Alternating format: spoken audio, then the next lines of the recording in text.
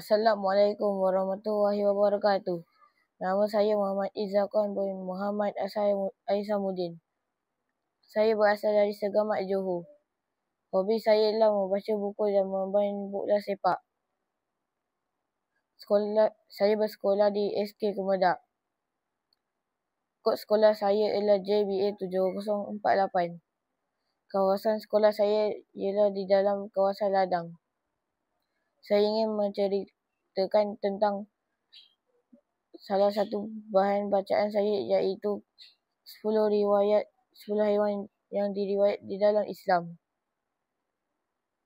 Penulis buku ini ialah Ummi Jamaliyah dan penerbitnya ialah Darul Mughni Trading. Saya akan menceritakan tentang dua kisah yang saya gemari, iaitu kuda besar pelindung Nabi dan ikan paus dan Nabi Yunus. Pada zaman Rasulullah SAW, ada kaum yang cuba membunuh Nabi SAW, iaitu kaum Arab Quraisy. Pada satu hari, seorang lelaki Quraisy ingin menetak Nabi Muhammad SAW. Tiba-tiba muncul seekor kuda yang amat besar. Lelaki itu ketakutan kerana kuda itu mahu menekamnya.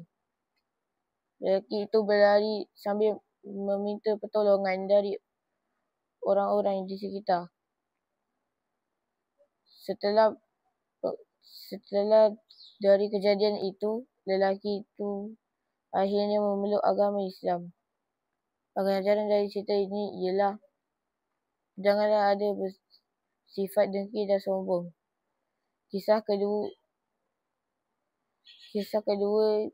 yang saya mahu cerita ialah ikan paus dan Nabi Yunus.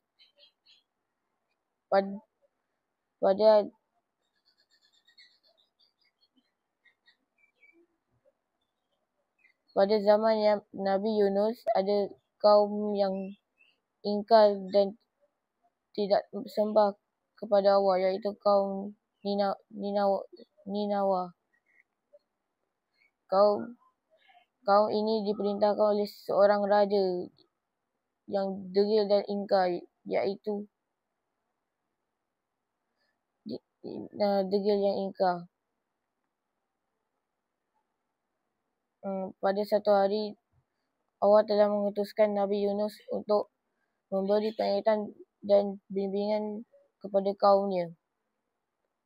Nabi Yunus menyeru untuk beriman kepada Allah dan tidak menyembah berhala.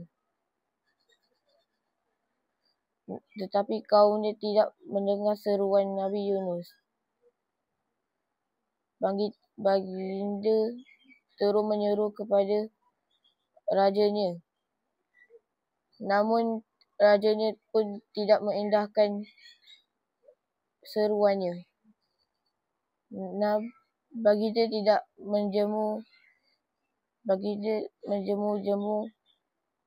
menyuruh kaumnya untuk berdakwah kepada Allah.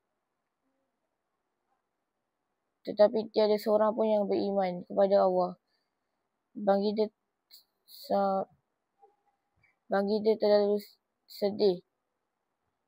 Baginda membuat keputusan untuk meninggalkan kaum Ninawa. Sebenarnya Nabi Yunus tiada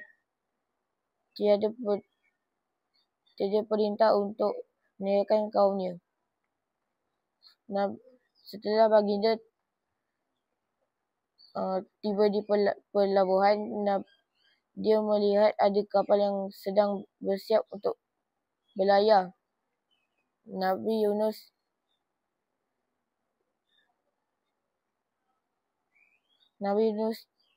pun menaiki kapal itu untuk meninggalkan kaumnya dan pergi jauh. Setelah di tengah perjalanan, tiba-tiba ribut melanda ombak setinggi gunung. Anak kapal berkata,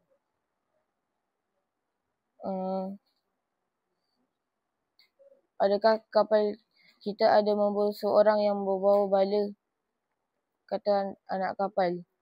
Kemudian mereka pun bersetuju untuk membuang bebanan-bebanan kapal.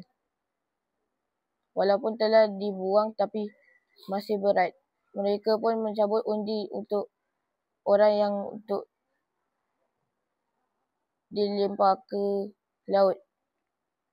Setelah undi tersebut, 3 cabutan undi telah keluar nama Nabi Yunus.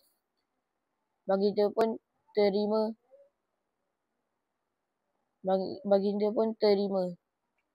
Baginda dilemparkan. Tiba-tiba muncul seekor paus menelan baginda. Baginda pun menyesal kerana perbuatan baginda. Baginda tidak berhenti berzikir di dalam perut paus itu. Allah SWT telah memerintahkan paus itu untuk memuntahkan semula Nabi Yunus. Setelah Nabi Yunus tiba di Ninawa, baginda telah melihat keadaan kaum baginda yang telah beriman kepada Allah SWT. Rupanya mereka telah menerima bala wabak penyakit yang dahsyat. Mereka pun terus beriman kepada Allah. Pengajarannya ialah janganlah cepat berputus asa. Sekian sahaja cerita buku ini. Assalamualaikum dan jumpa lagi.